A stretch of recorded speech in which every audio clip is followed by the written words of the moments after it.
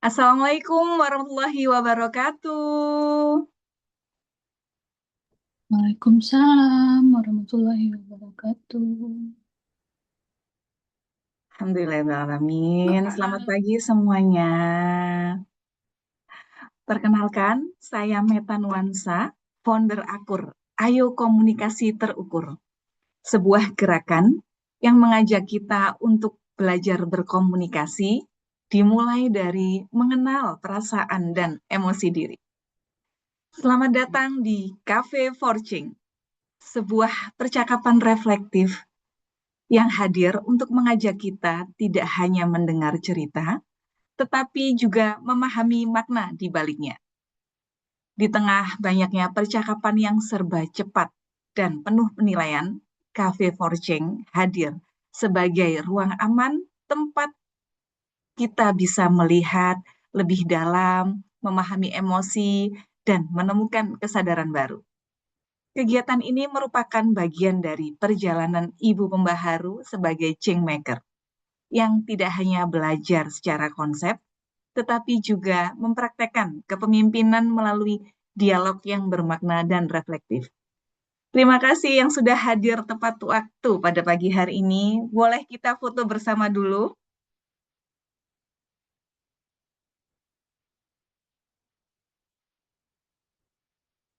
Oke, boleh on cam. Kalau tidak memungkinkan, nggak apa-apa. Mbak Enda siap untuk take picture? Mbak, sebentar. Oke.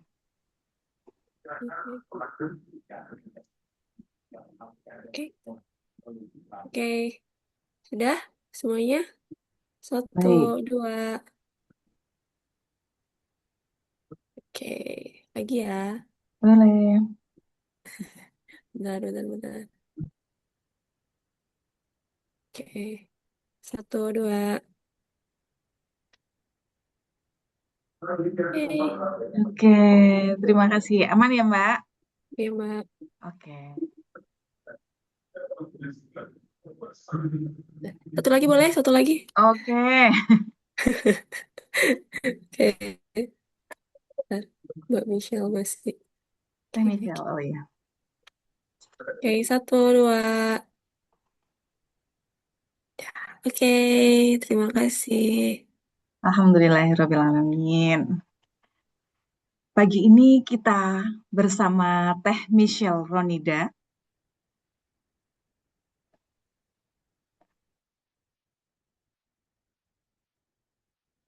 founder Lentera Ibu, seorang emotional healing terapis yang berfokus pada pendampingan ibu dalam memahami luka, inner child, dan proses bertumbuh secara utuh. Selamat pagi, Teh. Terima kasih sudah hadir pada pagi hari ini. Selamat pagi, Bismillah, Assalamualaikum semua. Waalaikumsalam. Tuh, benar ya, Teh. Ini tadi yang saya sebutkan. Benar-benar teh, Insya Allah, Alhamdulillah Mbak. Atau ada yang mau ditambahkan? Cukup, Alhamdulillah perkenalannya. Nanti kita kenalan lagi aja. Oke, baik, boleh. Pada pagi hari ini, saya selaku moderator dan tim Akur, kami semua mengangkat tema Ibuku Bidadari yang Kurindukan. Izin saya masuk langsung ya, Teh.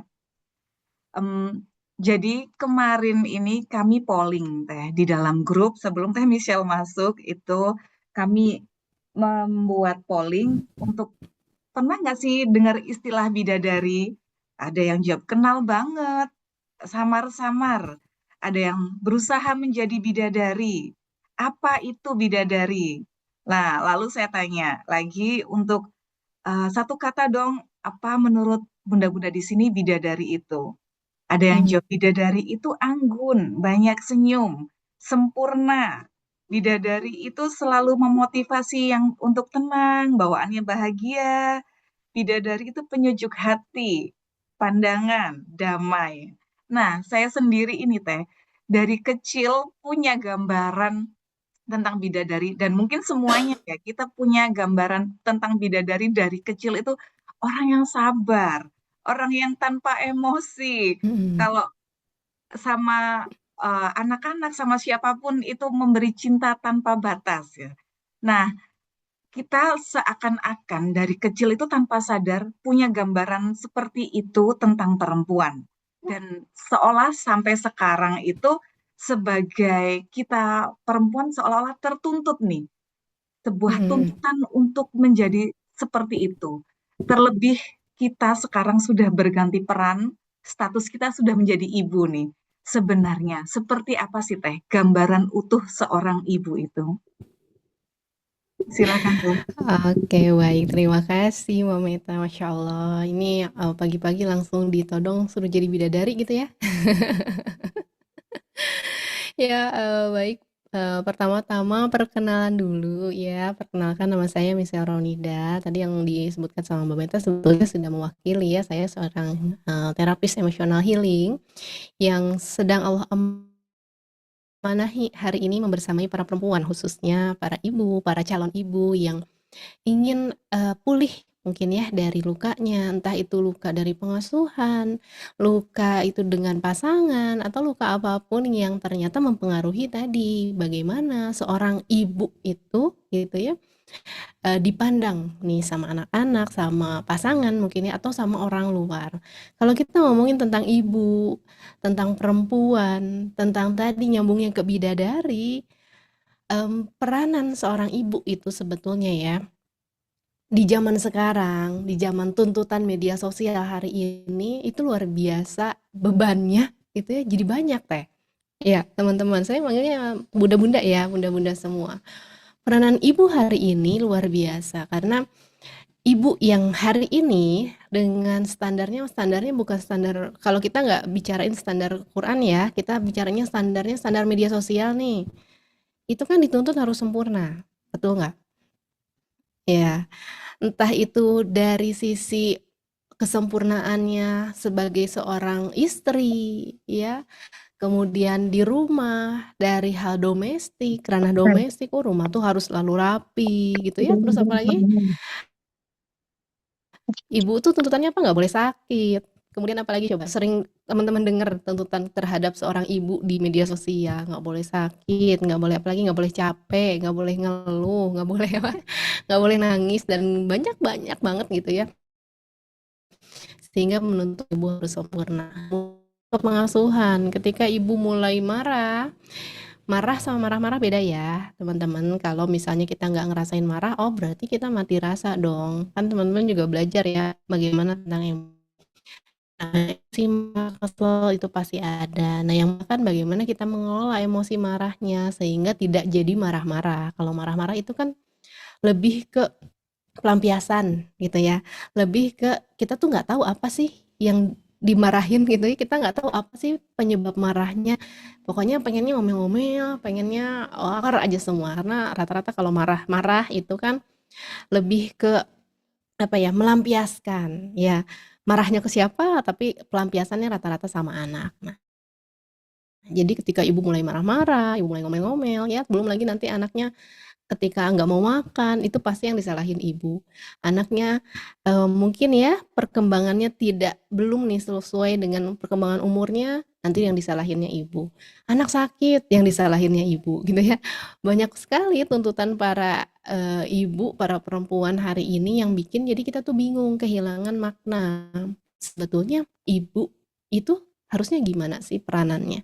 Sebetulnya menjadi ibu yang tenang di hari ini gitu ya, itu harus seperti apa? Apakah nggak boleh marah-marah, tenang gitu ya, apa senyum terus tadi ya, harus sempurna. Kalau kita sadar, balik lagi, kita ini manusia gitu ya, yang memang masih belajar jadi seorang ibu, meskipun anaknya udah 2, 3, 4 gitu ya. Tapi setiap kita masih belajar pertama menjadi seorang ibu, masih memahami diri kita. Jangankan kita bilang, oh kita harus memahami anak, oh tunggu dulu, mungkin diri kita sendiri juga kita belum paham. Karena kebanyakan dari ibu hari ini ya, kalau kita ngomongin tentang kecerdasan emosi aja ya, dari aspek kecerdasan emosi. Seorang ibu belum tentu semua ibu cerdas emosinya. Gitu, Mbak. Mungkin pembukaan dulu nih ya. Jadi sebenarnya itu tadi saya quotes yang paling dalam itu kehilangan makna di akhir-akhir Hmm, peradaban sekarang karena sosial media ya Teh ya. salah Jadi satunya ya, tuntutan sosial media, nah betul. itu peran besar di zaman sekarang ya Teh ya. Jadi bukan bidadari yang konsep yang dulu, sekarang konsep bidadari dalam sosial media mungkin ya. Jadi jadi ingat beberapa hari yang lalu itu juga ada konten-konten yang seperti itu, dia memarahi anak, tapi yang komen itu semua judging. Ada yang Hmm. menyalahkan, ada yang membenarkan. Nah, mungkin dari situ ya akhirnya, oh ternyata mereka punya persepsi baru tentang, oh begini loh seharusnya perempuan, begini loh seharusnya. Nah, sebenarnya seperti apa ya Teh? Karena kan kita nggak sadar nih, bidadari tadi yang terkonsep dari kecil, karena kita juga bidadari yang kadang nggak tahu tadi punya luka atau enggak, dan tanpa sadar kita membersamai anak itu dengan trigger-trigger tadi yang Mm-mm. disebut mungkin luka emosi dan sebagainya. Kadang ya haus pengakuan di dalam sosial media, bahkan kadang sering kita kayak aku marah ini merasa bersalah banget ya. Setelah marah baru terus kita ngerasa aku kok gitu ya. Kayak sadar nggak sadar. Iya. Nah, di antara itu sebenarnya seperti apa? Mm-mm. Seorang ibu, seorang perempuan gitu ya. Betul banget kalau tadi kata Mbak Erlita ya, standar ibu di sosmed itu terlalu high and perfect. Betul sekali karena ya tadi kembali lagi ya, sebetulnya setiap keluarga itu punya ya rules-nya, punya konsep sendiri, punya cara mendidik anak-anak. Ya, yang pasti yang baik ya gimana ya sesuai dengan Al-Qur'an, sesuai dengan sunnah kalau kita muslim gitu kan. Kalau sekarang banyak nih metode-metode pendidikan kan ada parenting itu gentle parenting, ada based on fitrah, ada mungkin parenting-parenting yang kalau sekarang-sekarang ya makin banyak gitu kan parenting yang nggak boleh ngomong jangan itu juga ada. Nah, kebanyakan dari kita nih sebagai ibu makin banyak ilmu kalau kata Bu Septi kan bilangnya tsunami ilmu gitu ya. Semakin banyak ilmu kok malah bikin makin pusing, malah bikin makin bingung, bikin makin was-was dan bikin ngerasa bersalah.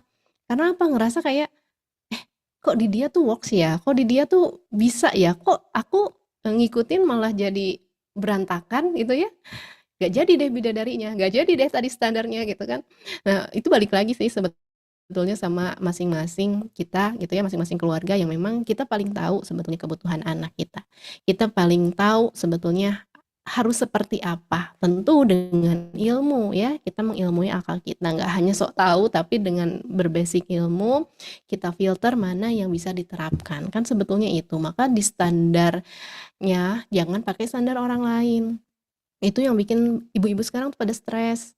Karena metodenya pengennya A, ketika diterapkan nggak cocok sama aku ya dipaksakan gitu ya. Kalaupun mau pakai standar ya standarnya perubahan atau perkembangan itu pakai yang diri sendiri. Oh aku sudah lebih baik belum deh aku yang kemarin. Oh kita lihat nih parenting ada yang oh dia tuh kayaknya nggak pernah marah gitu ya kalem.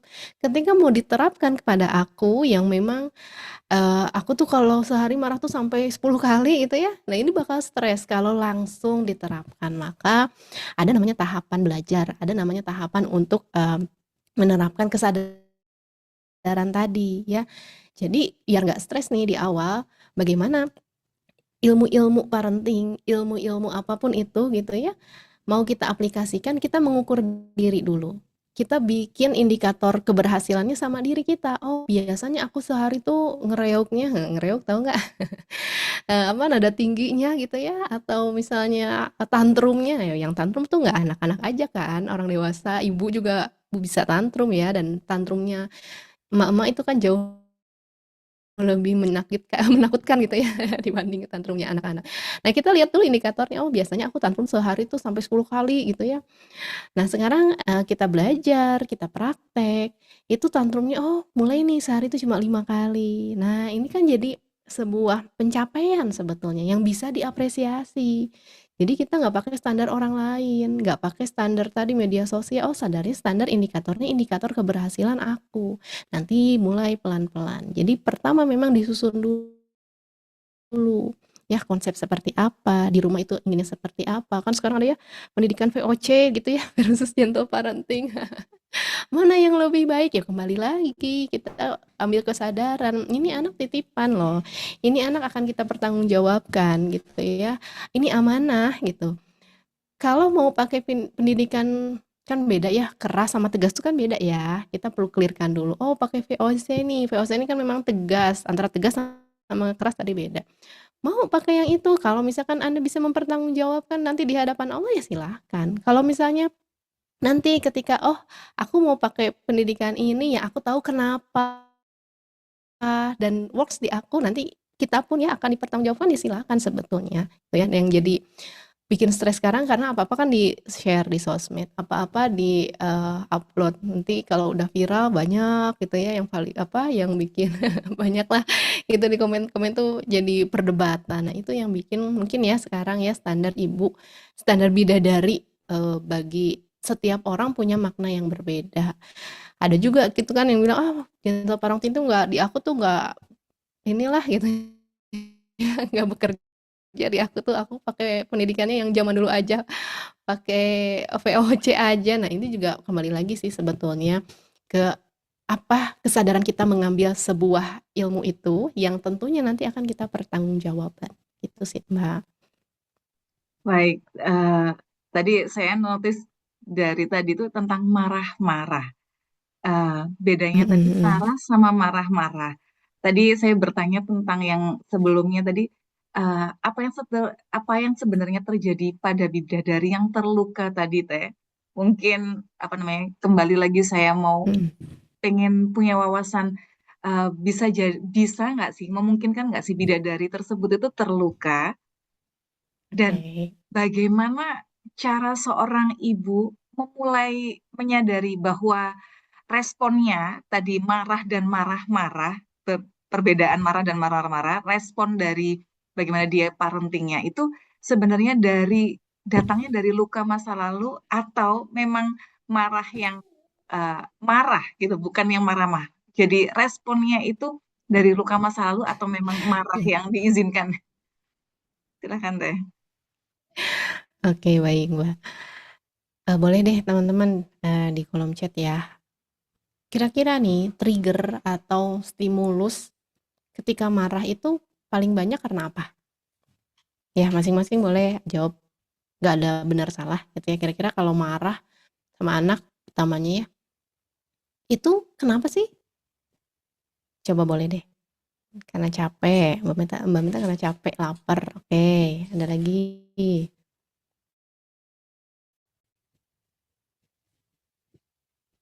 Iya, betul di sosmed itu ya distraksi besar yang membuat kehilangan insting untuk mengasuh. Dikit-dikit saya scroll. Betul ya. Ada lagi yang ngerasa kalau marah-marah tuh kenapa ya biasanya ya?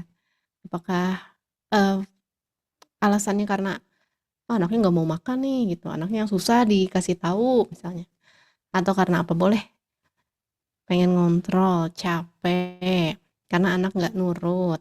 Oke, ada lagi yang mau sharing? Anaknya nggak sesuai harapan, anaknya apa kitanya atau pasangan? Capek sama anak kelima, oh masya Allah Bunda Nastiti sedang hamil anak kelima ya. Sehat-sehat ya Ibu dan anak-anaknya insya Allah. Dan kerja di ranah publik. Oke, jadi boleh dirangkum ya. Teman-teman kalau marah-marah ini ya, lebih ke marah-marah karena capek, karena anaknya tidak sesuai, nggak nurut ya, dan kita pengen mengontrol itu. Itu mungkin jadi rata-rata ya jawaban yang hadir dari seorang ibu. Capek fisik dan capek batin. Nah, kalau capek fisik sebetulnya kita istirahat aja tuh cukup ya, tidur yang memang tidurnya berkualitas itu insya Allah bangun tidur segar lagi. Nah, tapi kebanyakan dari para ibu ini, para perempuan itu capeknya capek batin yang nggak bisa dihilangkan hanya dengan tidur. Kenapa capek batin? Nah, kita lihat nih, apa sih hubungannya luka pengasuhan, luka masa lalu dengan capek batin, dengan marah-marah. Kalau kita bedah ya teman-teman semua, yang namanya emosi itu fitrah, emosi itu titipan, termasuk marah. Marah itu emosi yang memang harusnya ada. Kalau nggak ada emosi marah, kita diinjak-injak misalnya ya, atau hak kita diambil, atau agama kita ini ya, direbut gitu haknya. Itu kalau nggak marah itu kan lihat teman-teman kita di Gaza, di Palestina sana, kita nggak marah, itu kan aneh ya. Maksudnya ini normal nggak sih? Jadi sebetulnya marah itu wajar ketika memang peruntukannya wajar. Marah itu ya semua emosi yang Allah titipkan, yang Allah hadirkan itu di luar kendali kita, di luar kemampuan kita. Kita nggak bisa tahu kapan kita mau marah. Kita nggak bisa, oh sejam lagi aku mau marah deh. Oh nanti 10 menit lagi aku mau happy deh, mau sedih, kan nggak tahu. Apa yang bisa kita kelola, apa yang bisa kita kendalikan adalah responnya. Ya, jadi kalau sering kan dengar mengelola emosi, bagaimana manajemen emosi. Nah, yang di-manage, yang dikelola itu bukan nggak boleh ada rasanya, tapi ketika rasanya hadir, keselnya hadir, marahnya hadir, kecewanya hadir, ini aku harus gimana meresponnya, itu yang bisa dikelola. Marah-marah ini termasuk respon, ngomel-ngomel termasuk respon, mau diem aja, tarik nafas, mindful, kalau sekarangnya bahasanya itu pun termasuk respon, dan ini yang perlu dilatih, dikelola. Jadi bukan bidadari itu bukan nggak boleh marah. Kalau orang nggak pernah marah ya aneh, dia mati rasa kah gitu ya. Orang nggak boleh, ibu nggak boleh sedih, nggak boleh nangis ya aneh, ibu robot kah? Bukan kan, kita masih manusia yang memang ya Allah ciptakan semua rasa itu ada, hadir, boleh nangis, boleh marah, boleh kesel, boleh kecewa, itu wajar manusiawi, tapi bagaimana mengekspresikannya, merespon itu yang tidak menyakiti diri dan orang lain. Nah ini notisnya, tidak nyakitin diri, karena kebanyakan dari kita, para perempuan, para ibu, kan marah-marah nggak boleh karena takut membuat luka buat anak gitu ya. Kalau misalnya kita sumbu pendek membuat luka buat anak, tapi caranya adalah kita menahan. Menahannya bukan menahan respon, tapi nahan emosinya yang mau nggak mau itu tahanannya lama-lama kependem jadi bom waktu. Jadi tadi ya marah-marah itu kenapa sih bisa hadir di ibu-ibu ya rata-rata, karena kalau waktu gadis kayaknya aku nggak marah-marah deh, aku tuh waktu single tuh kayaknya enjoy aja gitu ya, ada masalah juga kayaknya ya biasa aja, tapi kenapa setelah jadi ibu kok rasanya sumbu pendek, kok dikit-dikit marah-marah. Sebetulnya itu adalah tahanan-tahanan dari emosi yang bunda-bunda pendem. Jadi selama ini kita salah kaprah nih, nggak boleh marah, nggak boleh nangis, karena memang dari kecil ya mungkin dituntut kita untuk selalu happy, nggak boleh nangis, nggak boleh apa lagi ya, nggak boleh marah gitu kan. Dari kecil ketika kita tuh belum mampu untuk meregulasi, memahami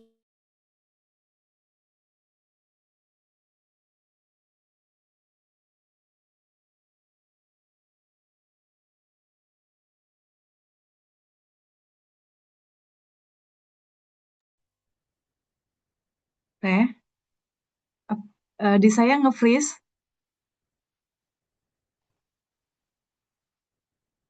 Bunda-bunda yang lain sama nggak ya?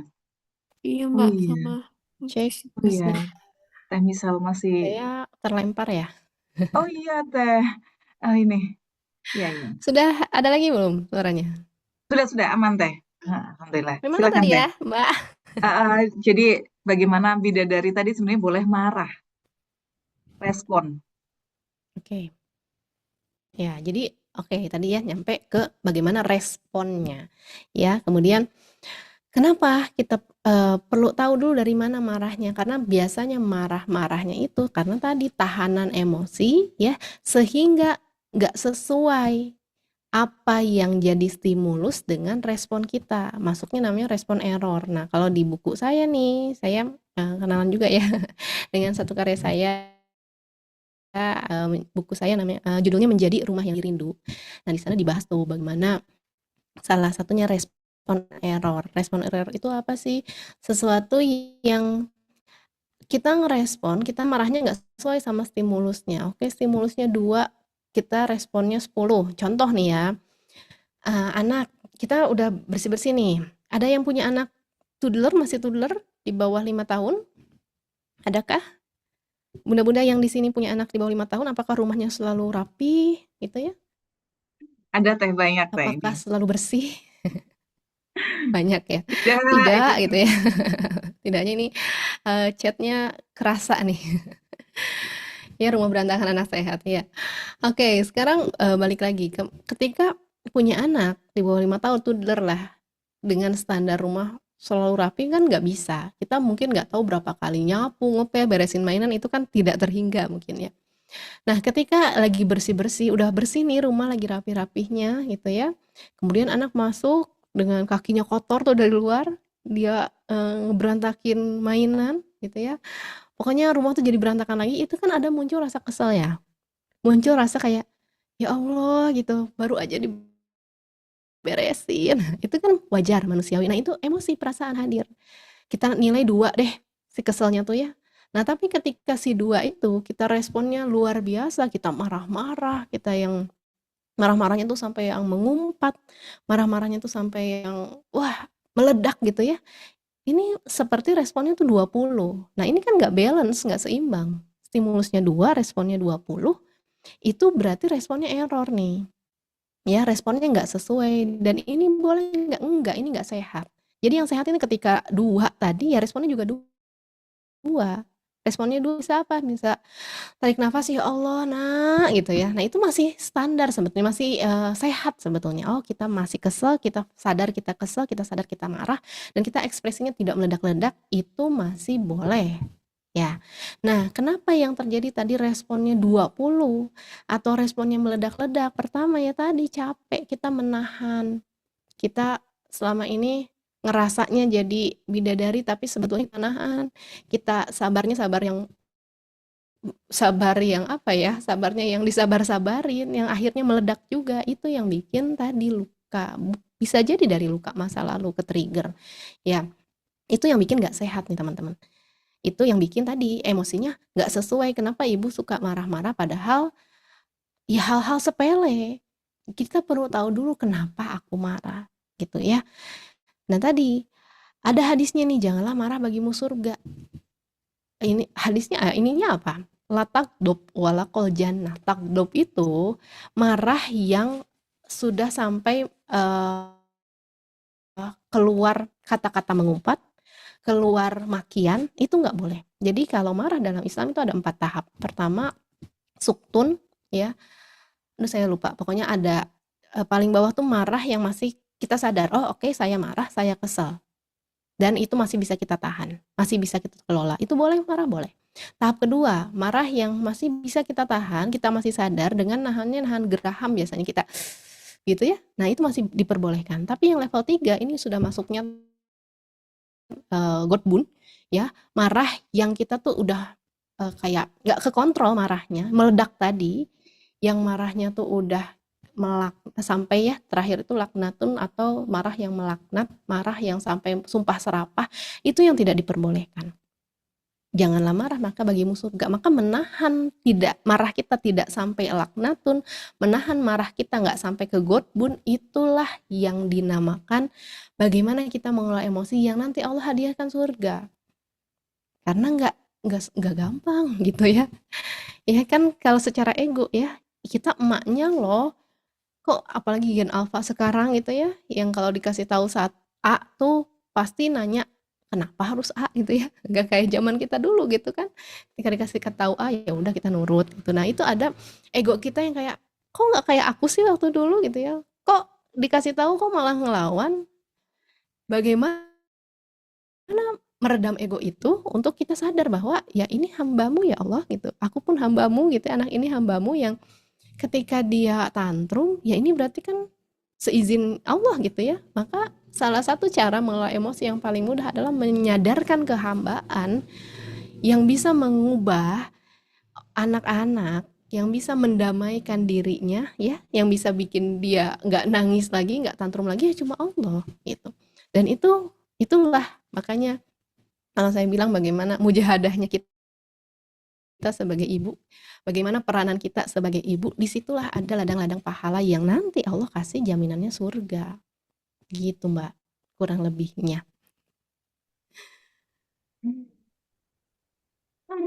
Kita cuman bisa kayak tarik nafas, inhale, exhale. Karena kadang begini ya, Teh. Eh, ini saya yang dulu nih ya. Ngerasa I'm feel good. Aku nggak apa-apa kok. Aku nggak ngerasa punya inner child. Aku nggak ngerasa saya punya luka lama. Tapi outputnya kita menjadi marah, responnya di luar respon yang seharusnya. Nah, itu sebaiknya seperti apa atau bagaimana menurut pandangan Teh Michelle? Ya, tadi ya kalau kita masuk ke respon error tadi, kita perlu tahu dulu ini tuh kenapa sih marah saya tuh sampai meledak-ledak tuh kenapa? Kan kita biasanya pengen langsung gimana ya caranya biar nggak gitu, tapi kita nggak tahu nih akar masalahnya kenapa. Kok bisa sampai sereaktif itu ya? Bisa sampai seluar biasa itu ya? Capek kah gitu ya? Karena ya tadi capek dituntut untuk harus sempurna di standar tadi ya, entah di medsos, entah memang dari pasangan yang menuntut, mungkin dari mertua, dari tetangga gitu ya. Itu yang nggak sadar bikin batin kita tambah lelah, batin kita tambah capek pertama. Kemudian adakah luka? Karena ngerasanya kayak nggak apa-apa kok, baik-baik saja. Kalau kita bicara luka ya pasti setiap orang pernah terluka ya. Kan nggak ada yang hidupnya 100% sempurna gitu ya, semua sesuai dengan apa yang diharapkan, nggak bisa juga. Setiap perjalanan hidup seseorang gitu ya dari masa lalu itu pasti bawa luka, pasti bawa kecewa. Nah bedanya ada orang yang bisa menjadikan luka itu tempat bertumbuh, dia sudah punya resiliensi yang tinggi, dia sudah bisa mengelola dan sudah melepaskan semua marahnya jadi hikmah, yaitu yang akan membedakan dia tinggal latihan. Karena ternyata membasuh luka, kita berdamai dengan luka itu baru gerbang awal. Gak bisa kita tiba-tiba jadi bidadari kalau dari pola pengasuhannya kita diasuh sama pendidikannya ala militer gitu ya. Kita mau pendidikannya ala-ala siapa Nikita Willy misalnya. Kan nggak bisa langsung, berarti harus ada latihan. Maka berdamai itu jadi baru gerbang awal.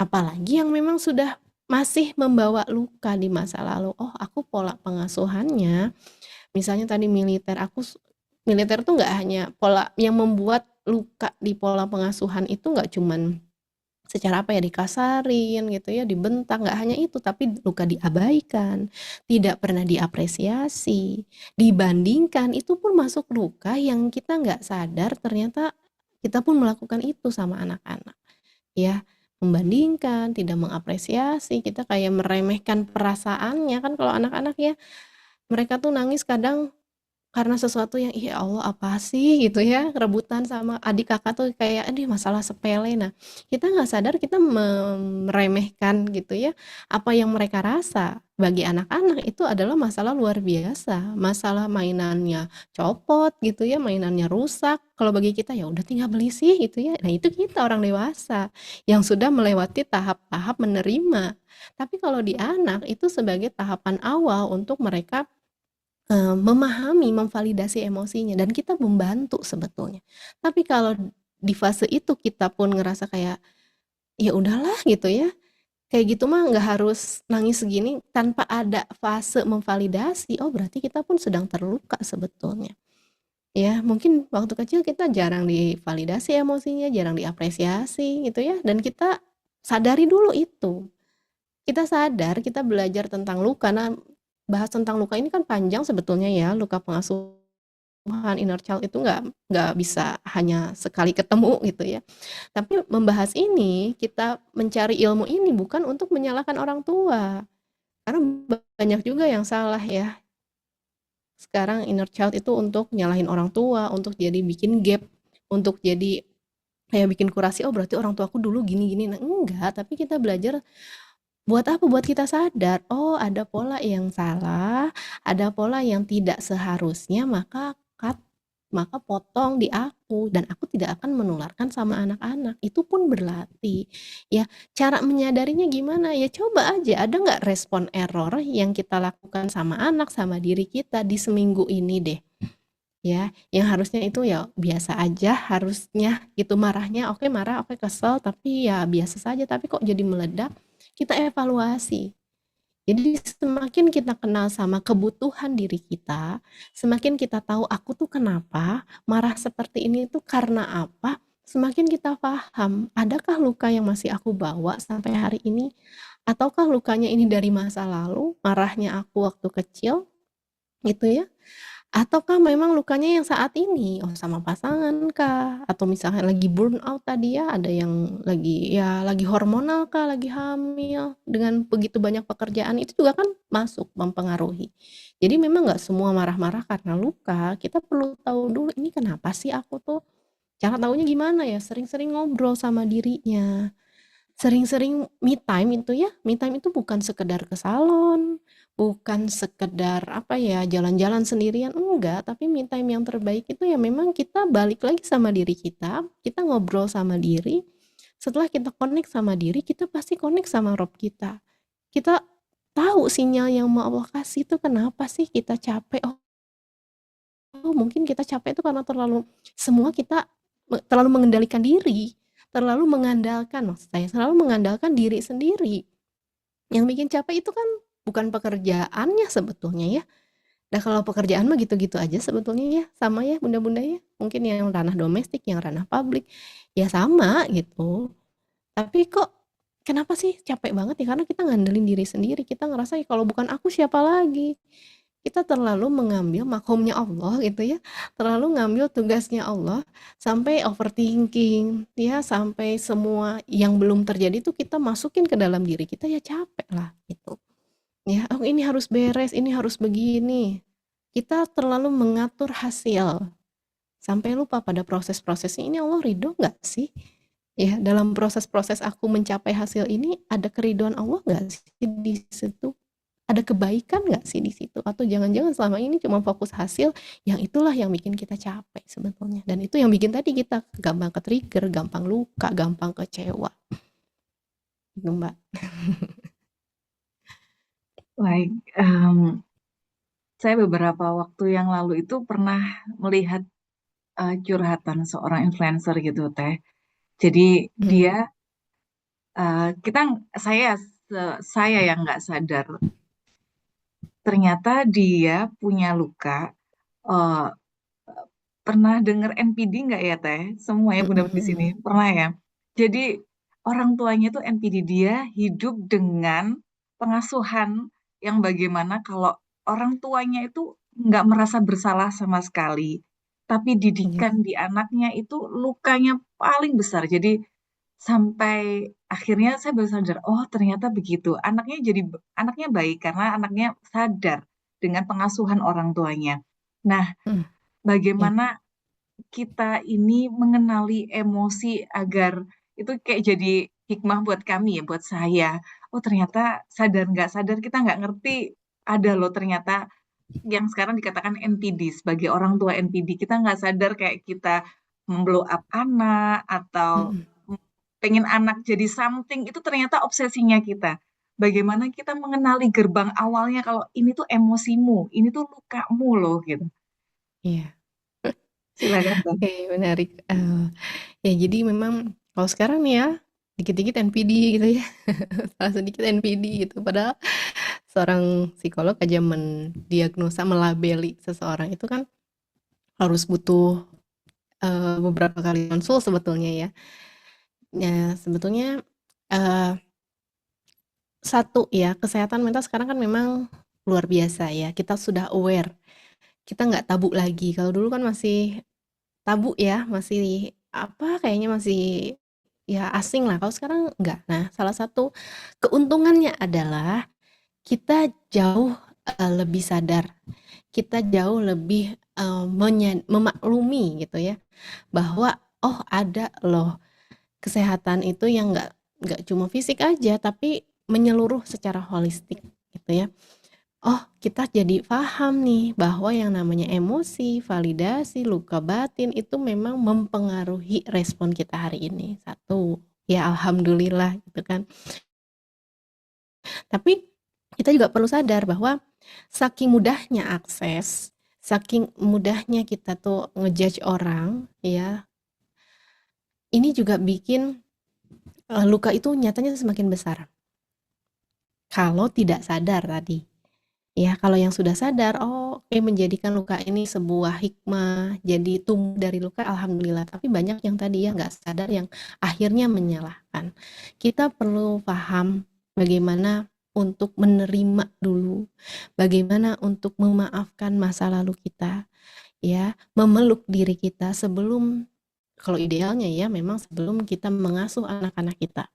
Tapi kan nggak ada kata terlambat. Oh, kita baru tahunya ketika anak-anak saya nih udah besar, misalnya saya sudah punya anak, tadi ada yang sudah 5, baru tahu. Apakah telat? Enggak, ya. Terus bagaimana mengetahuinya? Bagaimana kita untuk aware aja dulu gitu ya, karena sadar, aware itu gerbang pertama kita berdamai. Jadi langkah berdamai itu pertama sadar dulu. Kalau kita nggak sadar kita punya luka, kalau kita nggak sadar kita salah, ya tadi masuknya ke NPD itu ya ciri-cirinya.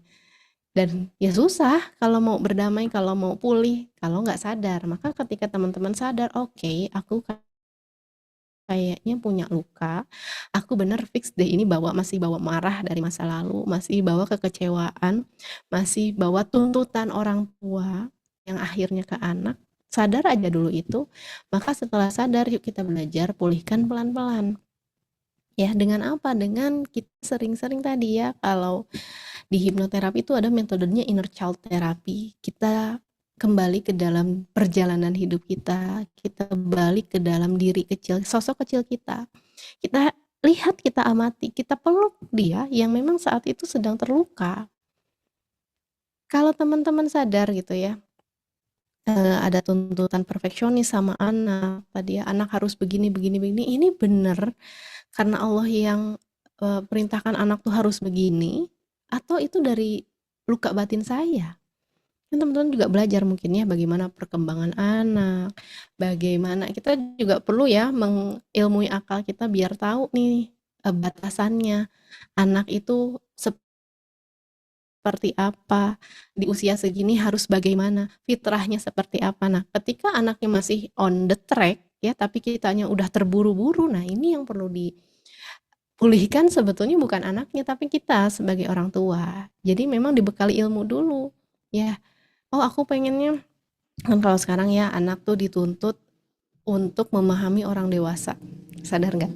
Di media sosial sekarang ya, anak itu dituntut malah anak yang harus mengikuti orang dewasa. Apa contohnya? Anak-anak yang nggak boleh apa buat keributan di ruang publik, anak-anak yang harus dituntut untuk kalem kalau ketemu orang gitu ya. Nah, kita perlu pahami dulu nih teman-teman, fitrahnya anak itu kan bergerak, fitrahnya anak yang memang belum mampu untuk 100% nurutin apa kata ibunya. Tugas orang tua memang bagaimana menjelaskan, bagaimana controlling kalau di luar karena ada norma sosial, tapi kita pahami dulu, ini anak ya. Jadi istilah namanya juga anak-anak itu untuk kita evaluasi ya. Apakah perkembangan anak sesuai nggak sama fitrahnya, sesuai nggak sama usianya ya. Ketika perkembangannya masih sesuai tapi kita menuntut si anak tuh harus begini-begini, oh berarti itu lukanya bukan di anak, lukanya di kita. Kita yang dituntut mungkin dari dulu nggak boleh nangis, harus dewasa, anak perempuan pertama gitu ya, harus dituntut untuk selalu hebat. Yang nggak sadar itu menularkan sama anak. Maka caranya apa? Kita perlu kenalan lagi teh sama diri ya teman-teman. Kita perlu paham sama diri kita. Itu aja dulu. Kita perlu tahu ini marah aku tuh kenapa, dari mana, apa yang nyebabin semua marah ini, apa yang bikin aku kecewa. Ya, nah setelah itu baru kita melangkah untuk memulihkan diri. Jadi sadar dulu, sering-sering nanyain sama diri, kita mah setelah jadi ibu, waktu untuk diri sendiri tuh karena kayaknya nggak ada ya. Kayaknya kita dituntut untuk apa-apa buat anak, apa-apa buat pasangan, apa-apa. Nah, lupa ya nggak apa-apa itu sebetulnya bagus ya kita berkorban, tapi jangan lupa bahwa ibu itu pusatnya emosi di rumah tuh ibu loh, perempuan. Jantungnya rumah itu ibu loh. Yang kita bayangkan ketika jantungnya sakit, ya jantung yang tidak optimal, ya gimana kita mau mengoptimalkan di rumahnya tidak sehat, kita ya sebagai perempuannya, sebagai wadahnya kurang cinta, kitanya kosong, apa yang mau kita alirkan? Intinya seperti itu. Kita punya toren di rumah, tandon buat nampung air, tapi kalau si tandon torennya ini kosong, ya mau ngalirin apa ke rumah? Nggak bisa masak kan, nggak bisa mandi kan, nggak bisa nyuci, maka kitanya dulu yang diisi, torennya dulu yang diisi, baru kita bisa mengalirkan. Begitupun kita, kalau kita nggak punya cinta untuk diri kita tidak paham apa mau kita, kebutuhannya apa, ya bagaimana kita bisa memahami anak, bagaimana kita bisa mengalirkan cinta buat anaknya. Ada, sebagai seorang ibu kita menuntut orang lain, nuntut anak buat ngertiin, kamu harusnya ngertiin mama lu, mama lagi pusing. Itu tanda kalau kita lagi kosong sebetulnya. Itu tanda bahwa ya kita lagi capek. Dan wajar gak sih capek? Wajar. Bidadari itu bukan gak boleh capek ya, bidadari kalau bidadari beneran ya. Kalau malaikat gitu ya, bidadari saya kebayangnya malaikat gitu ya. Yang memang ketika disuruh sujud ya sujud aja terus karena gak punya nafsu. Tapi kan kalau kita manusia versi bidadarinya versi manusia deh ya. Versi manusia itu apa ya, kita boleh capek, boleh kok, kita boleh istirahat, boleh sakit, boleh nggak ya, boleh, yang namanya manusia gitu. Jadi luangkanlah waktu buat sekedar memahami diri ini kenapa, apakah masih bawa luka, masih bawa kecewa, masih bawa marah, dan ayo kita rangkul diri kita untuk kita ya insya Allah ya bisa lebih baik untuk nantinya ya, buat anak-anak juga kok, buat pasangan juga, buat keluarga juga. Jadi kalau di buku saya ya, sebelum kita jadi rumah buat orang lain, ya jadi rumah dulu buat diri sendiri. Itu sih Mbak.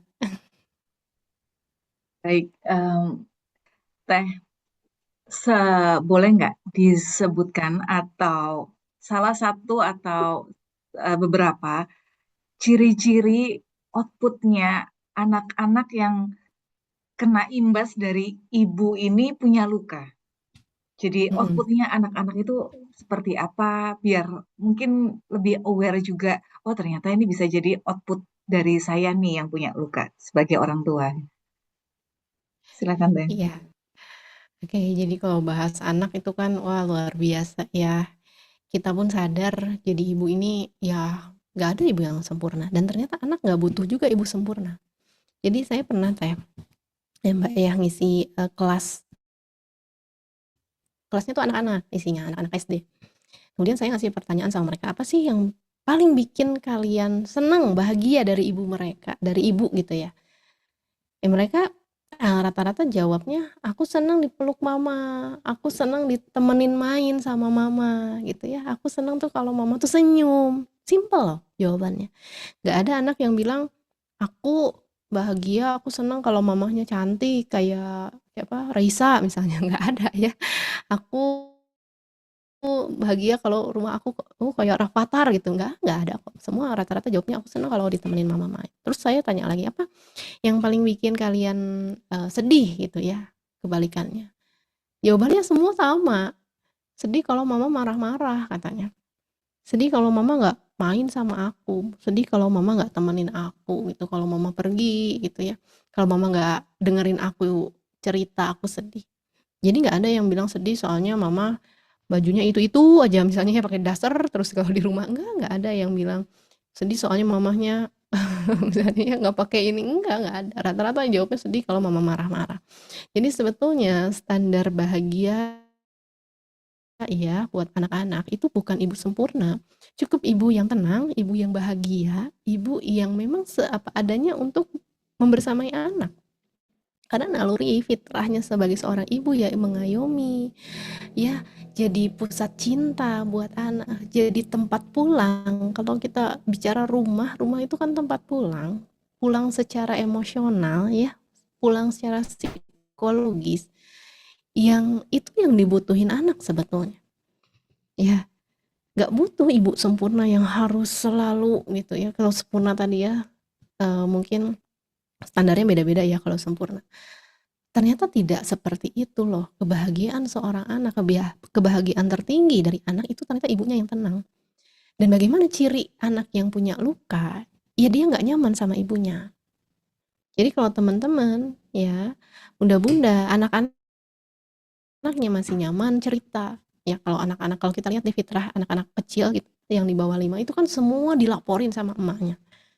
Ya, dia punya eksperimen apa, ya dia bisa buka tutup botol pun dia laporin, mama lihat ini aku begini. Nah itu kan sebetulnya fitrah seorang anak yang semuanya dia nyaman, dia anak ya yang ketika di rumah, kok di rumah tuh kayak tantrum gitu ya, kalau di luar tuh kayak kalem, itu berarti dia nyaman di rumah, dia membuka semua topeng diri dia. Anak yang di rumahnya nyaman, anak yang masih nyaman sama ibunya, dipeluk masih mau gitu ya. Ya peluknya kalau yang sudah dewasa kan ya beda ini ya, apalagi yang lawan jenis misalnya anak cowok, tapi anak cowok aku kan usianya udah balik gitu ya, ya peluknya peluk sewajarnya orang tua sama anak itu masih mau, itu sebetulnya indikator anaknya masih aman lah ya. Itu anak masih mau cerita, anak mau curhat sama ibunya, anak mau deket sama ibunya itu masih aman. Tapi rambunya adalah ketika anak mulai berubah dari sifat, dia sudah jauh, kita indikatornya apa? Kita pakai hati nurani aja deh gitu. Ya, karena semua ibu kan punya apa insting ya, kalau kita bilang insting seorang ibu itu main loh gitu, peka loh ketika dia nggak cerita ya, suami ada apa-apa sih ada ikutin itu, oh ini ya, kalau anaknya masih mau cerita aman ya. Tapi ketika anaknya sudah menjauh, kita ngerasa kok ada tembok besar, nah itu sebetulnya warning bahwa anak punya luka gitu Mbak. Dan yuk pulihkan diri kita dulu sebelum kita membantu memulihkan anak-anak. Baik, ada dari Mbak Widya di kolom chat. Teteh, saya selalu kagum dengan orang yang secara dunia dia terbatas, kehidupannya penuh dengan luka, ujian, tapi dia masih bisa mengalirkan kasih sayang pada sesama. Katakanlah seperti sosok Rasulullah, apakah ada cara shortcut bisa seperti itu? Satu sisi sadar beban tanggung jawab amanah yang banyak. Iya, Masya Allah ya Bunda Widya, Teh Widya gitu ya. Shortcutnya adalah ya kita ikutin apa yang dilakukan Rasulullah. Salah satunya apa ya? Keimanan beliau ya. Bagaimana ketawakalan, kepasrahan. Ya itu yang jadi shortcut. Jadi kalau ikhtiar itu kan banyak ya. Metode itu banyak, metode untuk pulih. Kalau ngerasa butuh pertolongan, butuh profesional, ke psikolog, ke psikiater, ke terapis untuk memulihkan luka batin, apa boleh? Ya nggak apa-apa, itu ikhtiar. Tapi kembali lagi semua ikhtiar, hasilnya itu bukan ranahnya kita, itu hasilnya milik Allah.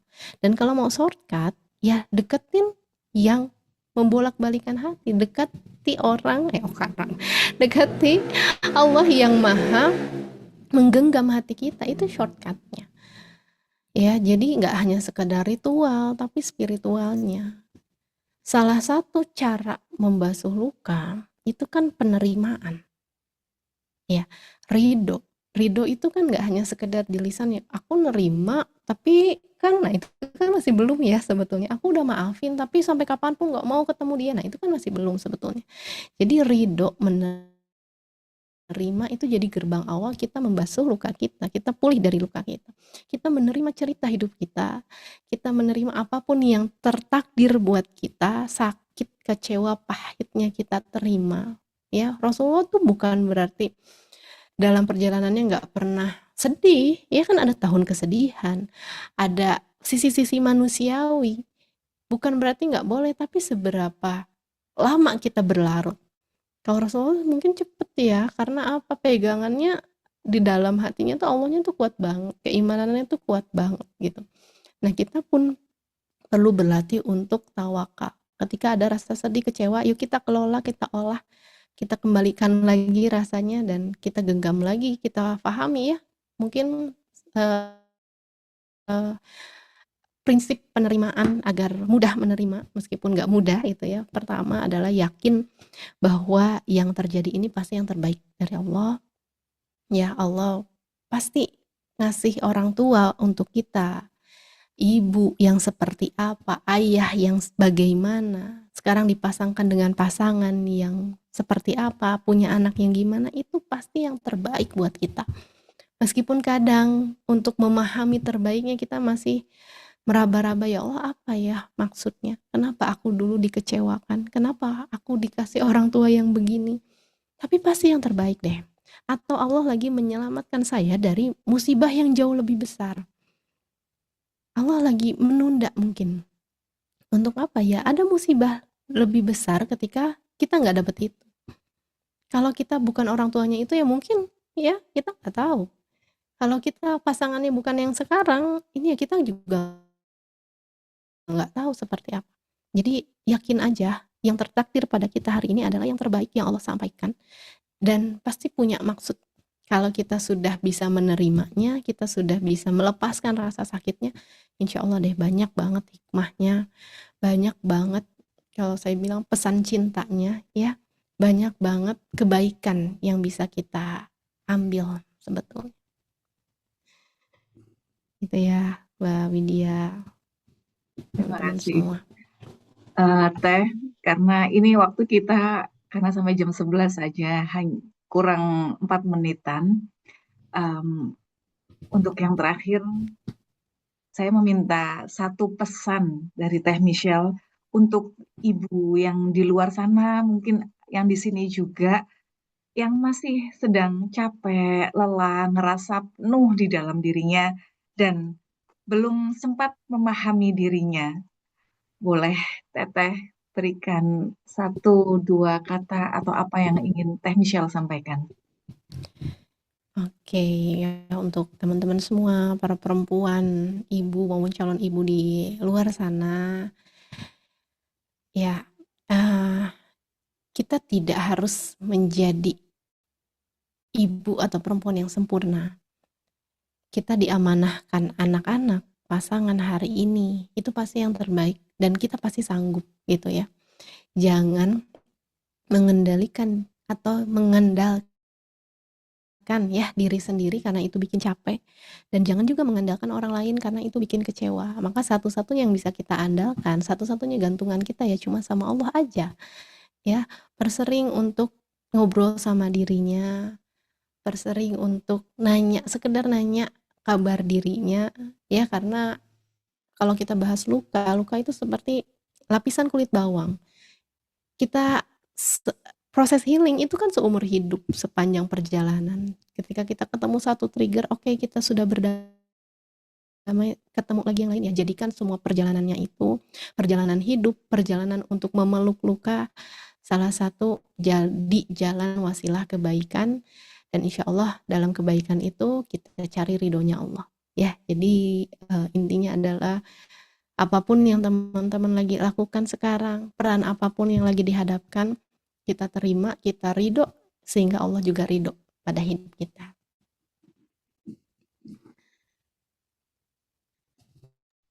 Alhamdulillah, terima kasih Teh Bisa ketemu lagi Michelle. ya teman-teman semua. Sama-sama, insya Allah. Tepat di 10.59 karena kita Cafe Forcing ini cuman 1 jam, mungkin sebenarnya kurang banget karena apalagi tadi juga Teh Michelle, Inner Child tuh nggak bisa sehari dibahasnya. Dari Mbak Beta, terima Betul. kasih, Masya Allah, terima kasih ilmunya. Saya merinding dari tadi, suaranya seperti hadirkan bidadari, bisikin ke telinganya, sampai nyentuh ke hati. Barakallah ilmunya. Terima kasih pencerahannya Teh Michelle. Alamin. Terima kasih bunda-bunda semuanya yang sudah hadir di pada pagi hari ini dan terutama Teh Michelle. Terima kasih insight semuanya. Insya Allah bermanfaat berkah untuk kita semua. Saya akhiri untuk pagi hari ini. Saya Meta Nuansa mewakili tim Akur. Terima kasih untuk semuanya dan mohon maaf lahir batin. Semoga ilmu hari ini bisa banyak dipraktekkan, banyak sering-sering me time untuk mengenal diri sendiri, kata Teh Michelle tadi. Wassalamualaikum warahmatullahi wabarakatuh. Waalaikumsalam. Terima kasih juga semuanya. Maaf lahir Waalaikumsalam warahmatullahi batin. wabarakatuh. Terima kasih. Terima kasih. Saya Mudah-mudahan ketemu Michelle, lagi ya. Mbak Meta. Insya Allah.